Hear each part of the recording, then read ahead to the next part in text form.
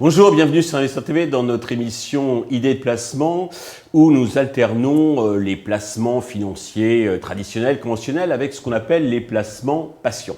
Et aujourd'hui, c'est le célèbre Sébastien Delcamp qui nous a rejoint pour parler d'investissement dans les timbres. Sébastien, bonjour. Bonjour Stéphane. Merci d'être venu sur Investisseur TV pour nous partager votre expertise. Commençons peut-être deux mots sur votre site delcamp.net.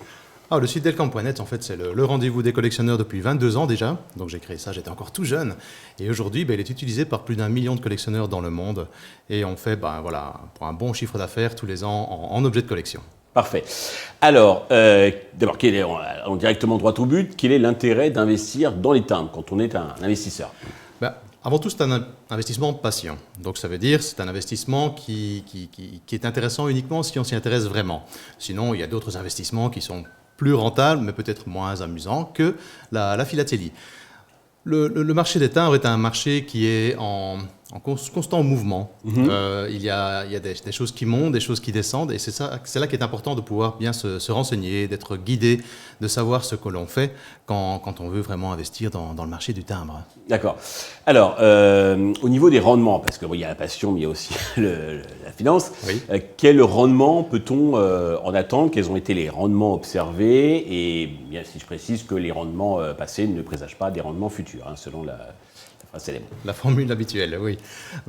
Le marché du timbre est un marché qui est assez structuré. Au niveau mondial, il y a beaucoup d'acteurs qui sont encore présents. Il y a des maisons ventes aux enchères, il y a des experts, il y a des professionnels, il y a des clubs de collectionneurs. Ceci dit, il n'y a pas vraiment de documentation centralisée. Il n'y a pas un endroit où on peut savoir comment se porte exactement le marché du timbre, quels sont les pourcentages, quels sont les rendements. Donc nous, on a une sorte de perception de ce qu'on peut voir sur le site Delcamp. On voit des choses qui peuvent monter. Voilà, je peux vous donner une approximation de ce que je ressens étant le rendement possible. À mon avis, un rendement de 5 à 10% est quelque chose qu'on peut envisager avec les timbres aujourd'hui. Okay. Oui. Et effectivement, il n'y a pas d'indice précis comme on a sur d'autres actifs. Il n'existe pas. C'est plutôt j'imagine, un investissement dans la durée ou on peut faire des allers-retours rapides ? On peut faire des allers-retours rapides. Il y a moyen de faire de très bonnes affaires. Il y a moyen d'acheter quelque chose et de le vendre beaucoup plus cher juste après.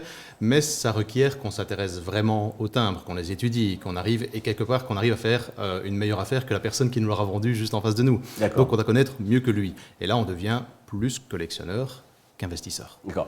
Alors, les premiers éléments que doit connaître un profane s'il veut commencer donc, à s'intéresser dans ce secteur, quels sont les pièges à éviter ? Avant toute chose, quand il y a des objets qui peuvent avoir une certaine valeur, très vite après, il y a les réplicas qui arrivent, il y a les faux, il y a des objets trafiqués. C'est la même chose dans les timbres. Donc depuis, le timbre a été créé en 1840. Depuis lors, il y a eu énormément de faux qui ont été créés. Il y a des doux rêveurs aussi, des gens qui pensent avoir un vrai, mais qui n'est pas vrai et qui vont vous le vendre, même en toute bonne foi. Donc il y a une certaine vigilance à avoir par rapport à ça. C'est les faux ou bien des timbres aussi mal identifiés. On est dans un marché où le petit détail peut changer énormément de choses. Voilà, et s'il y a un petit détail sur le timbre, un dessin qui est modifié, ça peut nettement augmenter sa valeur. Il faut arriver à l'identifier, ce petit détail. Et ça demande aussi une certaine expertise. D'accord. Alors, sur Investisseur TV, on aime bien du concret, des investissements concrets. En fonction donc, des budgets, est-ce que vous donnez quelques exemples d'acquisition Oui. Il y a plusieurs budgets qu'on peut mettre dans une collection. Maintenant, si on envisage la collection de timbres comme un investissement et qu'on ne veut pas spécialement y consacrer beaucoup de temps, forcément, il vaut mieux aller vers des budgets plus élevés que d'acheter des petits timbres dans lesquels on va passer énormément de temps. Ça, c'est bien pour un collectionneur, c'est bien pour un philatéliste qui va passer son temps. Mais dans une optique plus investissement, puisque c'est le thème de l'émission et de la chaîne. Oui, je pense qu'il faudra éviter les timbres en dessous de 1 000 euros, par exemple. Se fixer un seuil à 1 000 euros me semble une bonne idée.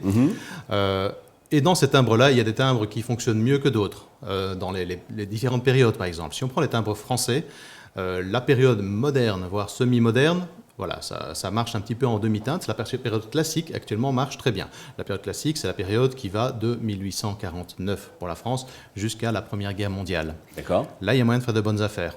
Et il y a des timbres qui sont très bien cotés, qui montent encore aujourd'hui, qui montent assez rapidement. Maintenant, si vous avez des plus petits investisseurs qui veulent mettre un petit peu moins ou qui veulent essayer un marché et acheter des timbres à moins de 1 000 euros, ce qui est accessible aujourd'hui, c'est des timbres avec des variétés. Donc il y a des timbres semi-moderne qui date entre les deux guerres ou juste après la Deuxième Guerre, où il y a des petits détails sur les timbres, des choses qui font une différence par rapport au timbre original. Ben, ces timbres-là peuvent se trouver à de petits prix et ils ont tendance à pas mal monter ces dernières années. D'accord. Et de l'autre côté du spectre, donc quels sont les records? Les timbres peuvent atteindre combien? Oh, ben on parle de timbres qui montent à quelques millions d'euros. Donc ici, oui, il y a des timbres qui sont vendus à près de 10 millions d'euros assez récemment. Mais ce sont des timbres uniques. Oui, j'imagine. Qui sont bien identifiés, on sait qui les a, on sait où ils sont.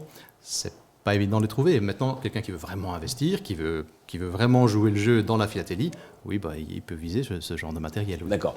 Alors, pour acheter des timbres, donc, vous avez convaincu, je vais acheter des timbres. Sur votre site, comment ça se passe? C'est des timbres d'entre particuliers, c'est des timbres de professionnels? Comment les transactions sont sécurisées? Et puis, comme vous disiez, est-ce que je ne vais pas me faire refourguer un faux?